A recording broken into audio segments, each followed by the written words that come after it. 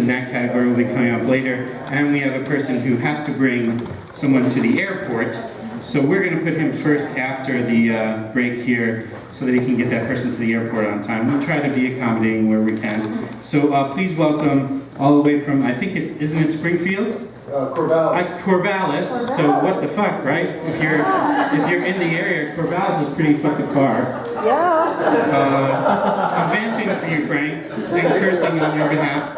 Thank you. Frank Hall, who I love, and Frank is actually, I believe, runs a group there. So if he wants to mention, you could mention the group down there in Corvallis that you work with, Frank Hall. And at this point, do you feel somewhat ready to do the thing? Yes, I do. All right, please give a warm welcome to Frank Hall.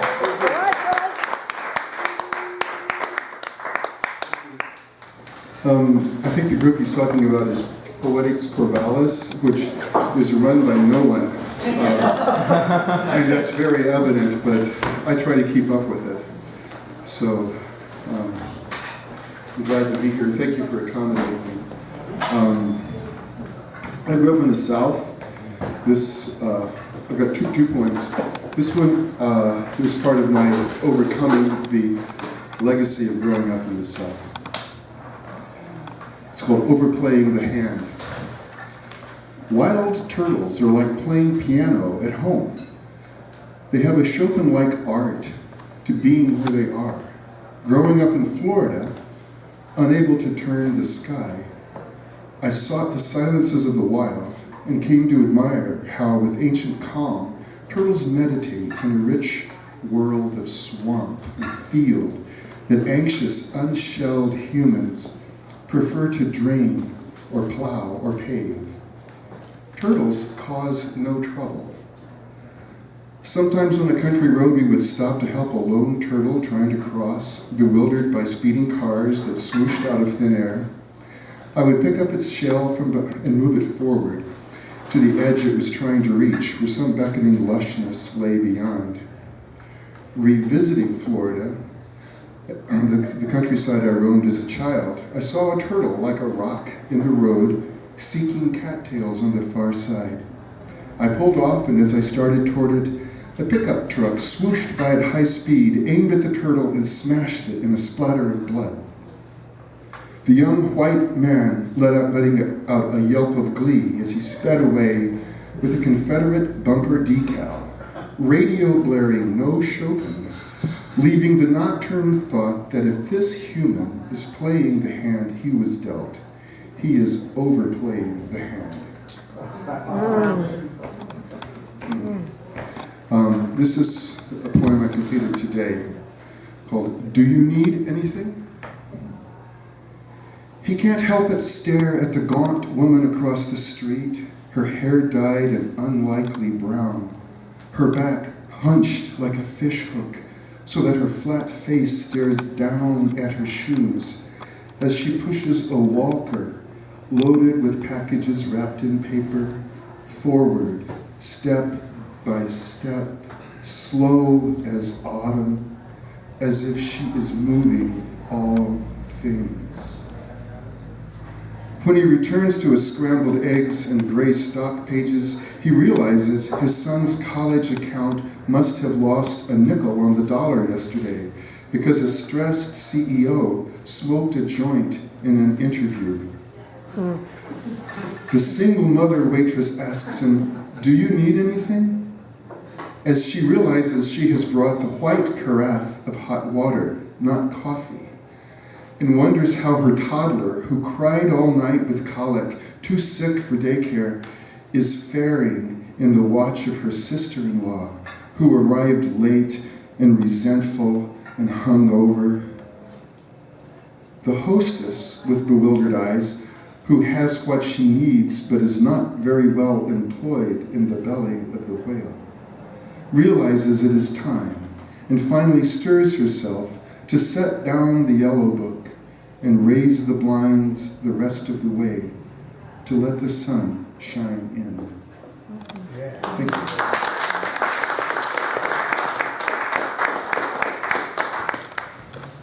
Thanks.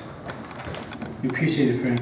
And I appreciate anybody who would drive. I think before the first time that you came, Mary Slocum had the record because she would come from Gaston, but actually I don't know enough about Northwest geography to know which one is further away. Does anybody know?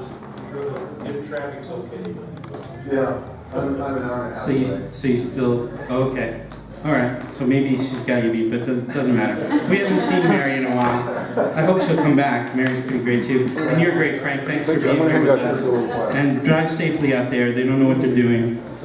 Something that I told Reggie about. As long as I'm here, I will continue to complain about the shitty drivers in the Pacific Northwest.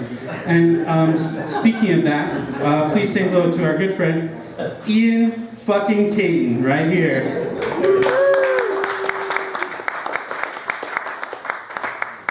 I'm sure you're an excellent driver, Ian. I'm just kidding. Were you making a comment on my driving skills? Just everybody, just generalize by everybody. That's fucked up. Yeah. Keeping with the current thing, that's fucked up. Well, when I saw that hat, I figured, oh no. I have to embellish my language now that we're using the F word. You signed it, Ian effing Caton. What do you want from me? I know, can I do that too? I just said F. It just said F in it. You can Well, ladies, I thought that was your real middle name. That's it. I did. I saw it on the paper and I It's said, wow. Frank. I know. I knew there was an F in there. Yeah, there's a big F in there. There sure is.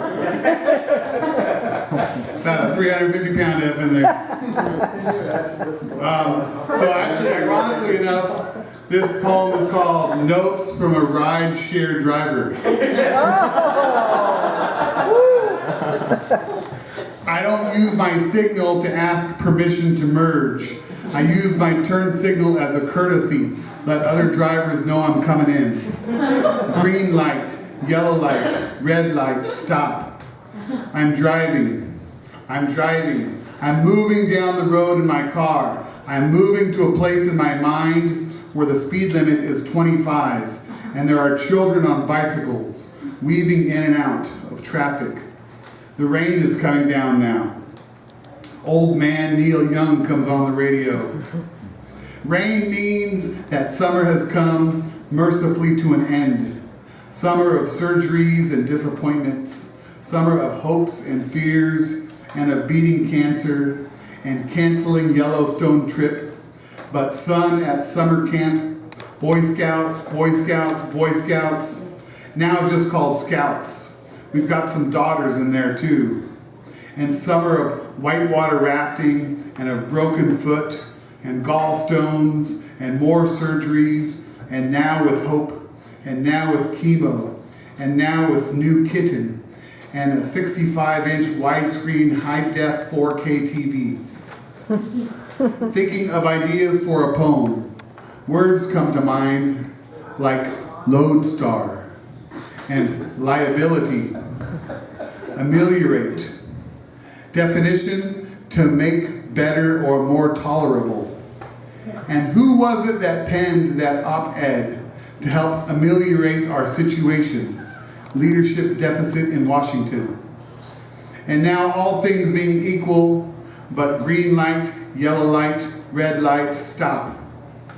Seems things took a turn for the better when Starbucks conceded they were the public restroom of the American public. I'm having my first pumpkin spice latte today, and the rain is pissing down hesitantly on my windshield. Wipers set to intermittent, strumming out the rhythm of my pounding skull. This free mattress left on the road, swollen and torn apart on the sidewalk, soaked in front of boarded windows, graffiti painted walls, here in Kenton, such a beautiful sight of shit-colored khaki walls, blue sprayed painted tags. One day we'll all live forever.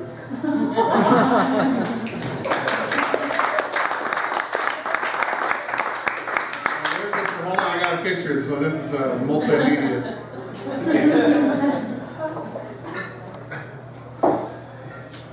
So there's the picture. But it was a better picture. Hold on one second. Let me find the picture and then I'll sit down real quick. It doesn't go on Facebook. I'm not on Facebook anymore, boys and girls. Alright, I can't find it. Oh, Instagram. It's on Instagram. Which is the same goddamn thing, I know. But Yeah, it is. They're on each other. here it is. There's my picture. I need better glasses, bigger ones. Dash forward. Tiffany has to zoom in. Yeah. Walk around. Oh gosh, it's a lot of pressure, Ian. And then he steps away. Oh, I see mattress down there. This is just to Okay, Ian, can you show it in here?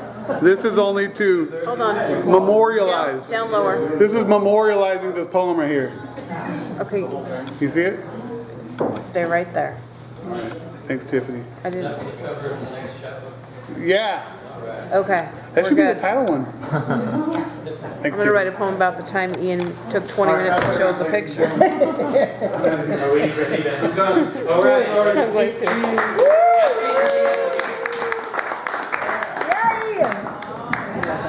I love him too. Ian's got a pretty great book that we launched here. I'm sure he Yes, has a few copies left, called The Creative Records, so you might ask him about that book. It's really good.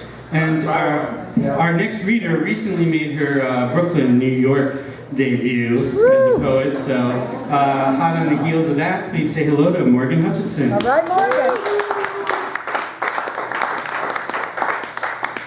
Or should we say Morgan fucking Hutchinson? Morgan fucking Hutchinson, excuse me very much. Thank you, Ian. I'm gonna start writing that too, because it makes me feel cool.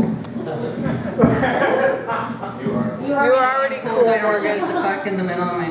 Yeah. Okay. Thanks, Ian. Yeah. So I went to New York. It was a brilliant, beautiful trip. It's every artist's paradise, I think. And if you have not been there, go. I had a brilliant, brilliant time, and thank goodness for like the locals tips. I ate well, I partied well, I read some poetry, experienced art of all different kinds. And I wrote a lot, and I'll still keep writing about that trip for some time to come. So tonight I'm going to read two pieces. The reason I started writing poetry when I was, I don't know, maybe 6, 7 years old was because of my grandmother Rhea. She was a poet. I brought her book today. I've never read anything by her, but this is called Beauty Everywhere, and it's by Rhea McPherson. This poem is called Squaw. And she's my hero, and I'm so happy to continue her, legacy in some ways. She wears a purple velvet blouse, a heavy squash blossom, 5 rings and 3 bracelets, all in turquoise and sterling. Unsmiling, she goes about her duty, husks the corn, and lifts big loaves of bread in and out of the Orno, spreading hot and delicious aroma over the bare countryside. Even the old mare moves her tired head and brays. 2 tots in bright dresses come running towards the source of the fresh scent. Then, still unsmiling, the squaw scuffs back to the hut, sits on a boulder in front, hands folded in her lap, unmoving, content. That's Rhea McPherson. Thank you. So this next piece I just wrote here because I get so inspired when I come here, and I always feel like I just need to get it out when I'm here. So this is untitled as of now. And it's super rough, again, just wrote it. And if I were your compatible, pouring, visionary water bearer, I would stare there into the flowing pine forest of your fire-arching soul and indulge. Sap my body to yours, dripping to the base of your far-reaching branches, seep myself into the dirt, seeking the familial roots you promised. I could offer the cleansing, ever-flowing stream waters of an open-air dream, soothing the jagged, scarred boulders that are our past. We could collect our vast reflections, peer into the shared pools of a deep fresh water. The swimming union of the Aquarian air stoking. Wait a minute, I lost my place here. The shared pools of a deep fresh water. The swimming union of the Aquarian air stoking the freest fire starter. Thank you.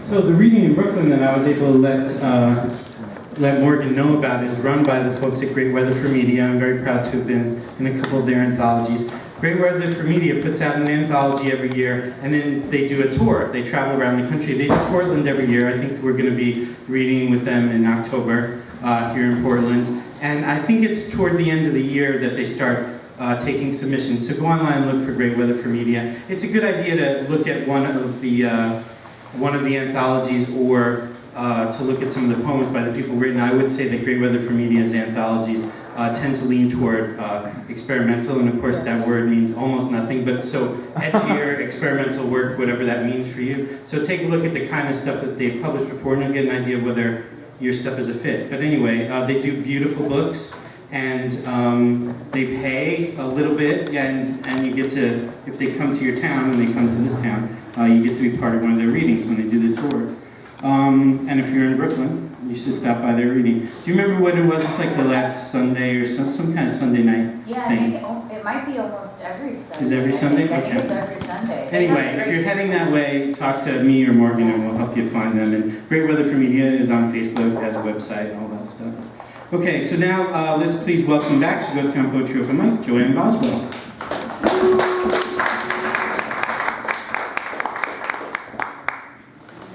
All right, so this one I wrote this week on Tuesday, and so it hasn't gone through my regular round of critical friends' eyes who are published and read my poetry and give me comments.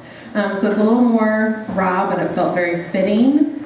I'm going to do 3 pieces, and because I write a lot, very varied poetry, they're all very different. This one is called Portland Peace Rally 2003.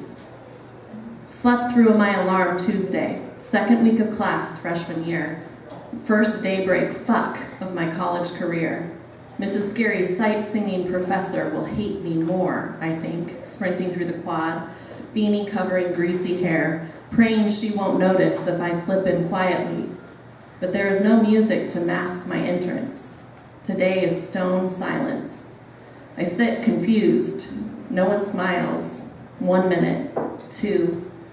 She prays, breaking the hush, eluding unspeakable horrors.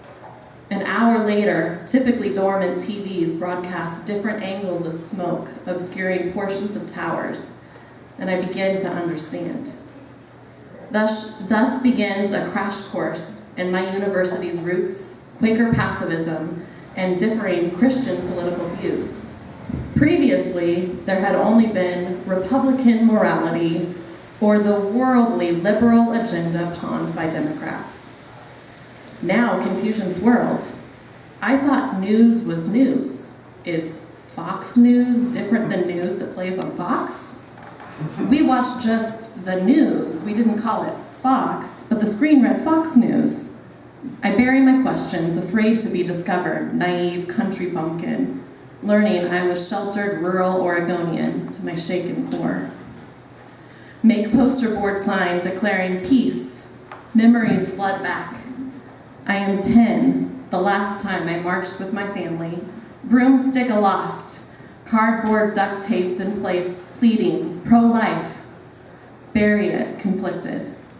Join philosophy major friends, pile in, drive to Portland, walk fascinated, surrounded, symbols, belly dancers, hippies, collegians, news cameras, police, food vendors, megaphones. Thirsty, tired, but elated to stand with history, I photographed my friend standing by a tree in the square, hefting, "Jesus was a peacemaker." Home beckons. Spring break returns me, proud, telling my mother that I stood for life again, like she taught me. Gratefully show how age is solidifying instilled childhood virtues. Listen, think, protest when necessary. I was so excited I missed her expression until she cut me off, irate. Baffled, I listened as her fear boils into rage. Where do I get the gall to disrespect the man God assigned the presidency? Christians must obey God, and he gave us a leader. To oppose war is to defy Bush, and therefore God. Sin. I raised her better, she thinks. We watched Fox News, I realize.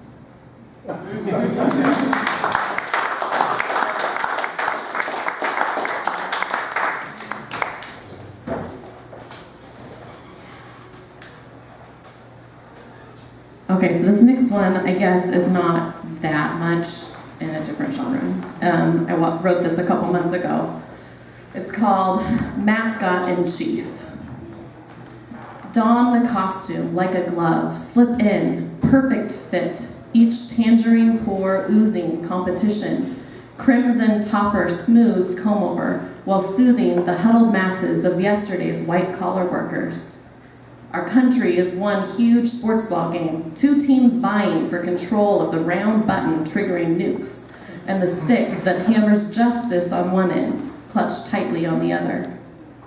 To international horror, this mascot rose, trumping other MVP options, rushing to represent his people, the oppressed elites, suffering under the weight of 1 million female accusations, the hatred of all things impurely different, and the illusion of a glorious past. Champion and cheerleader, bloated caricature, colluding creature, entice your audience. Persuasive mob oratory promising prayerful supremes to protect godly morals, with one paw groping, the other online gaslighting, inculpating fact as fantasy, news stamped fake. Ambassador of fictional goodwill, entertain your spectators. The world is watching, wondering, what is held inside the fursuit? How old is the wounded boy child operating the two small hands, tying the two long ties, typing the all caps tweets?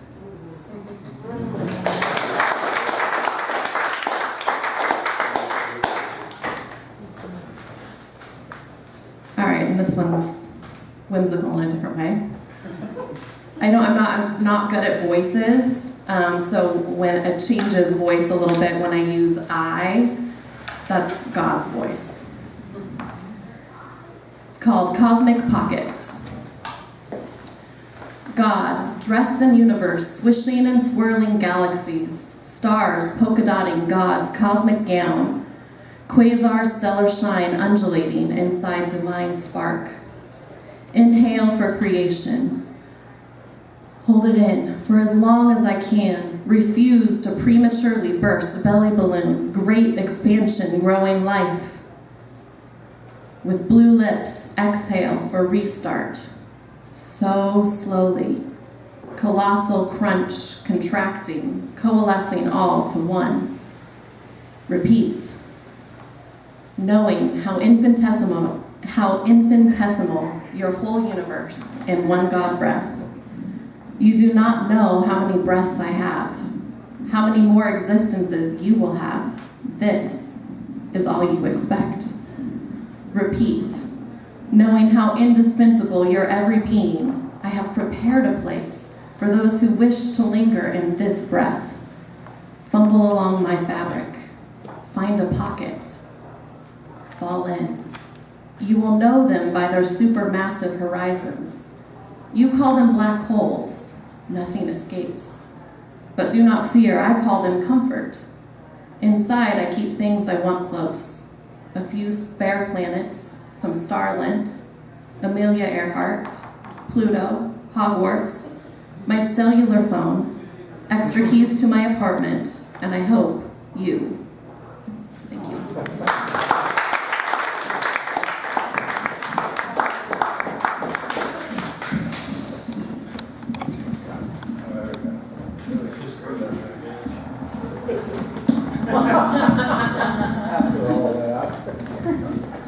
In honor of Ian, Effing Caden, and Lemmy. And our next poet, he hasn't been here with us for a while, so we're happy to have him back. Please say hello to Rob Syverson, everybody.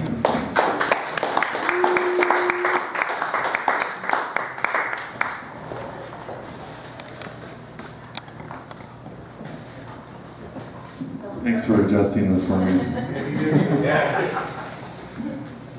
Haven't been here in a while, and I'm really happy to be back. I have 3 short poems. This one's called Wandering Blues. Patriot Day was nothing but the haze of stout, uncontrolled loneliness. The image of your aqua green eyes holds me like the owl holds the night. Handcrafted belittlements circle the room. The melody lowers its head and goes back to sleep. Tiptoe out of the crown of thorns. Record the tone and play it back to the self-absorbed goblins in the annex. Don't read into it with too much deceit. My car takes me over the viaduct of debris. Out the woodshed I crawl, and into the light I hide. My mind, it's not done. My mind spins me around again, so unbalanced yet well-adjusted. I wander and wander. The blues will only take it for so long. That's it.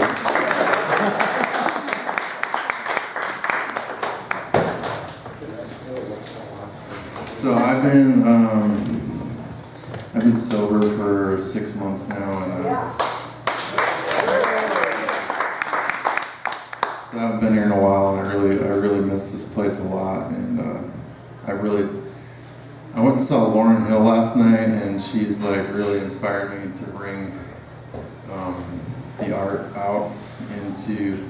She talked about how she creates, and then I'm probably not going to paraphrase it exactly right, but she creates what she has, and then internally, and she talked about the miseducation of Lauryn Hill, which was 20th anniversary this year. She's on that tour. And did you go? Oh yeah, it was amazing. Yeah. And she talked about like how she was sort of being selfish about her art, and she creates it, and then the next step is to bring it out into the world. And I feel like I get scared as shit when I come here, but I feel like I still need to bring it out. So I really felt inspired by her. Anyway. Glad you came out in the world. This one was like this sort of like a stream of consciousness, just like half asleep poem. It's called The Day. The night is too high to sleep. The air is too fired to breathe. Oh, heavy mirrored revolt tells a story with lies interspersed. The night can't sleep and the day can't wait. Paint won't dry without an alibi. Dogma peeks in and minds everyone else's business. The firing lines kept clean by the unclean souls. Displaced hearts and children taken from their folks. Whose day is this? The light turned down and the dark turned up. Fighting to crawl from the dream haze, no nightmare, too famished to sit down.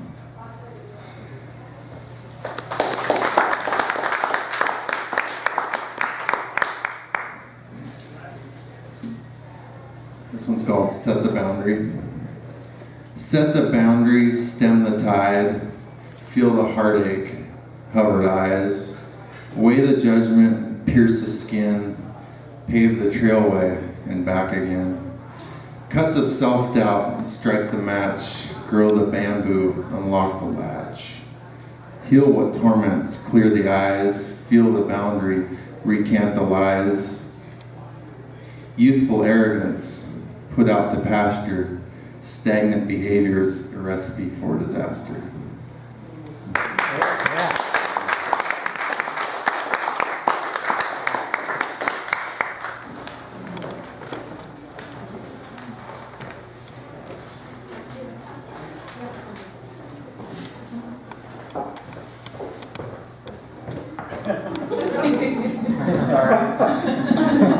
It's like a combination.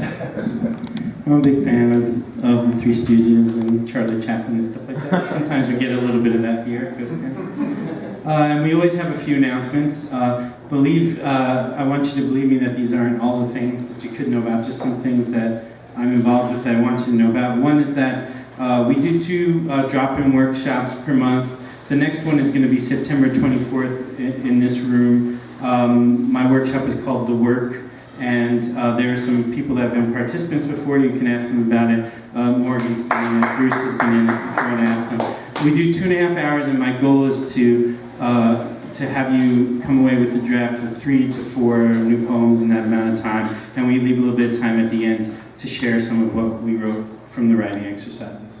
So that'll be the 24th from 6 to 8:30. And then Leah Jackson, who is the reason why we're here. This is her gallery, and that is her bar next door. We'll be celebrating Niche's 8th anniversary on October 28th in the Kiggins Theater, a couple doors from here. Historic landmark Kiggins Theater. Every year they open their doors so that Niche can celebrate its anniversary. And there's always a theme to the evening. This time it's going to be films and wines from South Africa. So she would like you to know that that's happening, and you can speak to Leah about getting tickets for that on October 28th.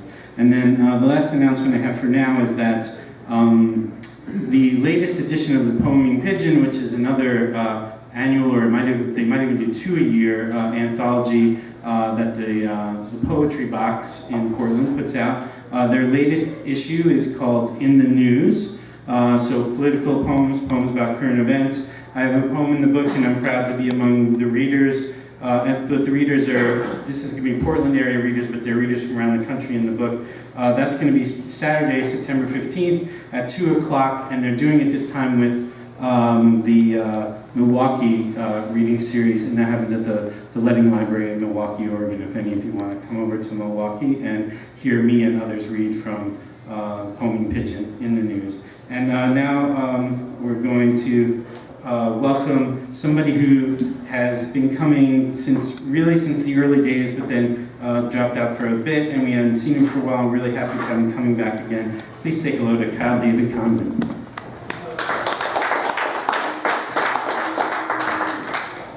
So, I shout when I do the, no, I'm very loud, so I don't use this anyway.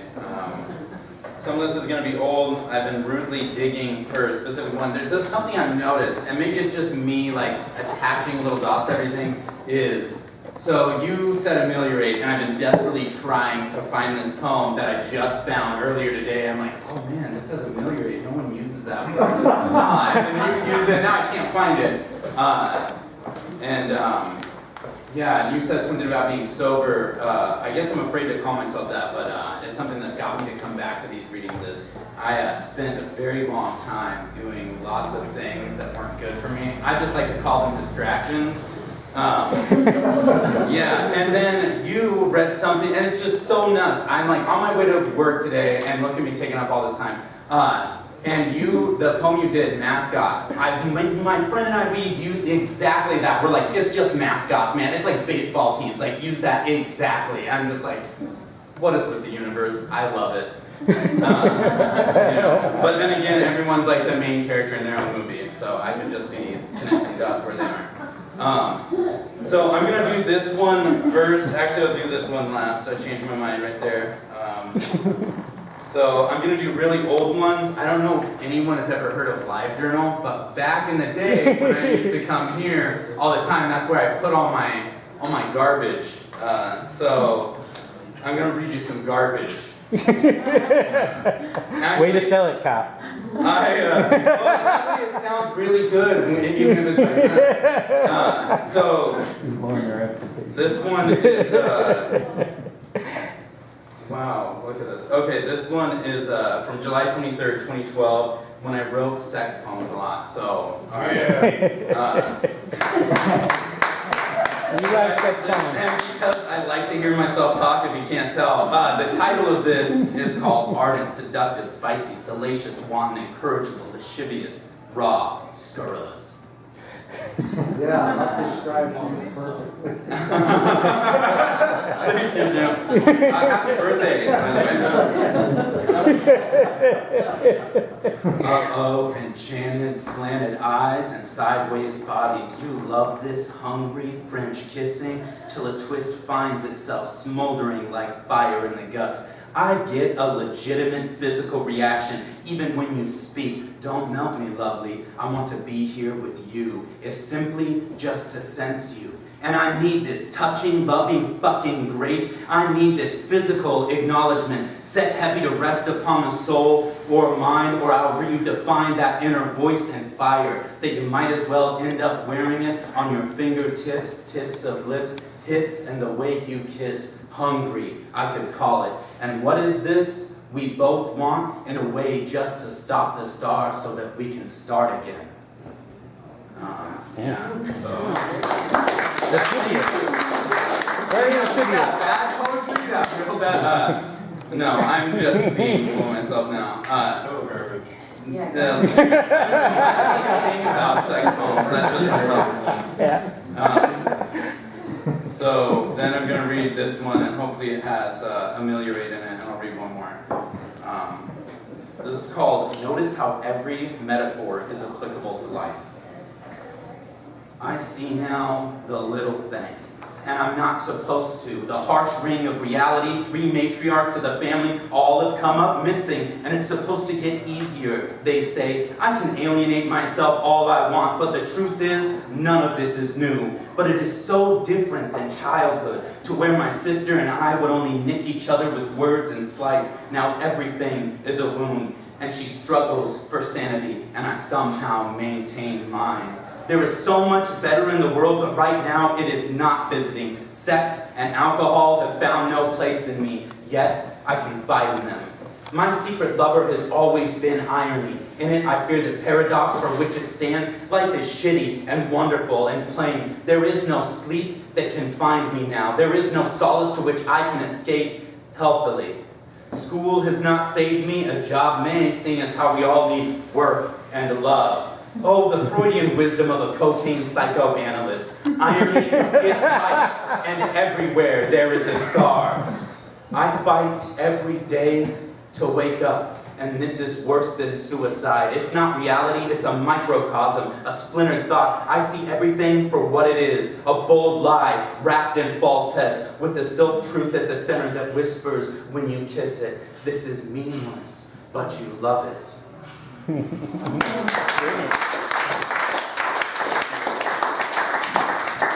So this one, I ripped on the way here, so if I mess it up a little bit, thank you for listening. So this one is, I'm just going to read it.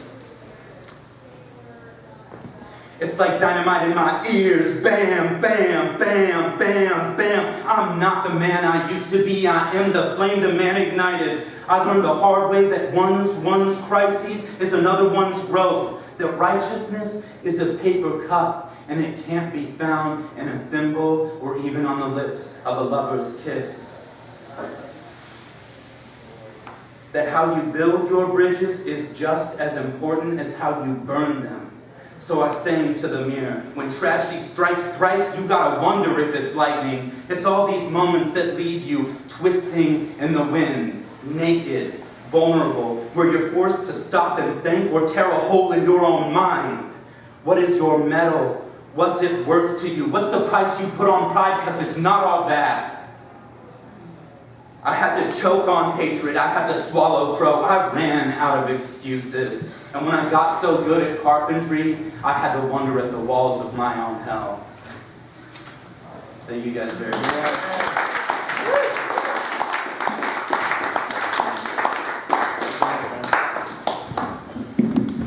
Thank you, Kyle. You're very welcome. Thank you, guys. We're going to hear from Stephanie. Of course.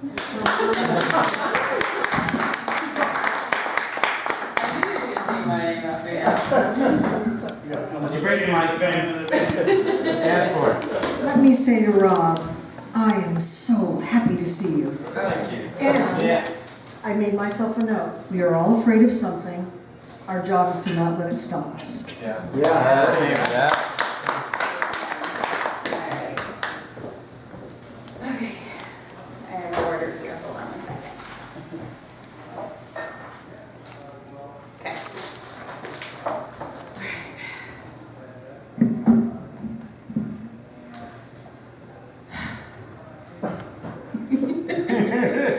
I know, you're We're nervous, with you. anxious now. Okay.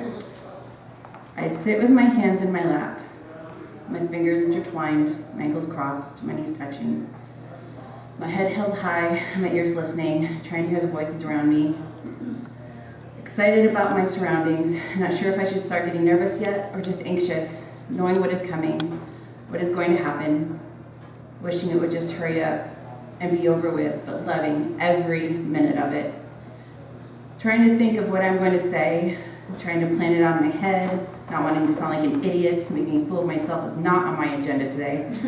I look around, see all the people, wondering what they will think, who will say what, who will understand what I am trying to say, what my whole body is getting goosebumps about. I start to get little beads of sweat behind my knees, on the back of my neck. I try to think positive thoughts. Thoughts that will make me feel stronger, braver, more alluring to those who might not see me that way at first. You can do this. It only lasts for a short time. This is something you love. Believe in yourself. But I am too insecure for those thoughts to survive. I think things like, this sounds ridiculous. No one wants to listen to this crap. Just sit back down already. But I fight through because I know I need to share. I need to get out my story. Not to be understood, but just heard. It is my outlet, my vent, my release. And so I sit with my hands on my lap, my fingers intertwined, my ankles crossed, my knees touching, my head held high, waiting for my turn, waiting for my chance to be heard and respected in a small community, a special group of people that are so talented and beautiful. And I wait for, and the next on the list is Stephanie.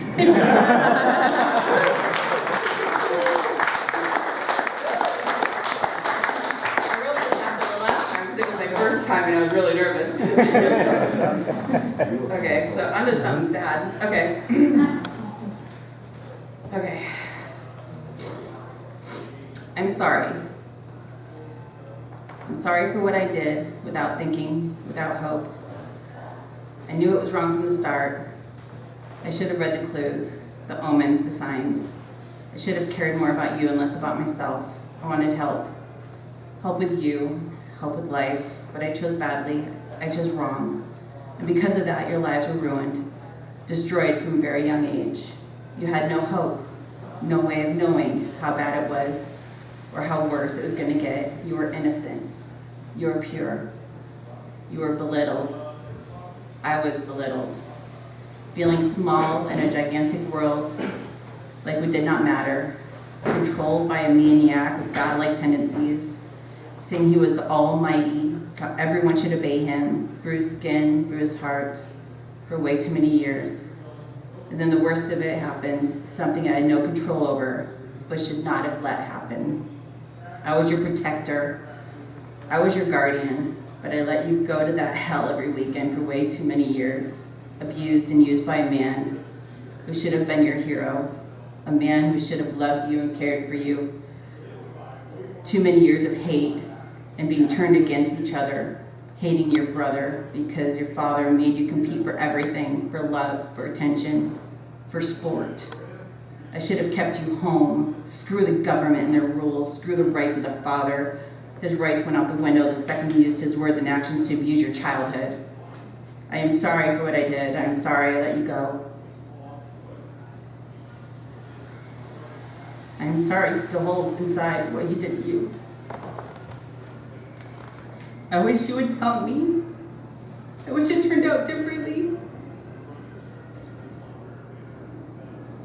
It's okay.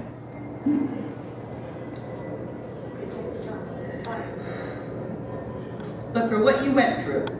You turned out amazing. You both are so much more than I could have ever hoped for. You're loving, hopeful, smart, and charming, and I couldn't be prouder of you both. And I'm sorry for not sharing this with you both sooner.